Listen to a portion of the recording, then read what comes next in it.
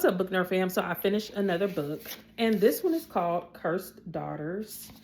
I thought that it was a good read because it lent itself to deep and rich discussion, which we discussed this book last night at book club. So the synopsis basically says that this family of daughters, generations, whatever, what have you, will not be able to find love and sustain the relationship. And so, as you are reading the book, well, let me speak about me. As I was reading the book, I felt like the characters were getting on my nerves. However, it does mirror to me what happens in society, in that women will center their lives around men, but it correlates with their happiness. And so I think there's something to be said about that.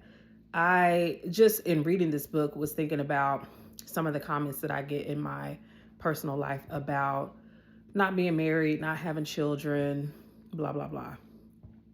There are reasons for that. And if you know me, then you know those reasons.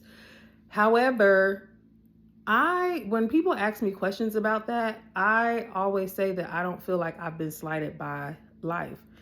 I feel like God put me on this earth for a purpose and a reason, and that does not always include being in a relationship. And even if I am in a relationship, it does not dictate my happiness. Like, I don't feel like God put me on this earth to make someone else happy except for me. And so as long as I am walking in my purpose and doing what it is that I need to do to fulfill whatever it is that I need to fulfill in this life, to me, then I have lived this life to the fullest. I feel like a woman's life is rich in and of itself, and that it does not require anybody else.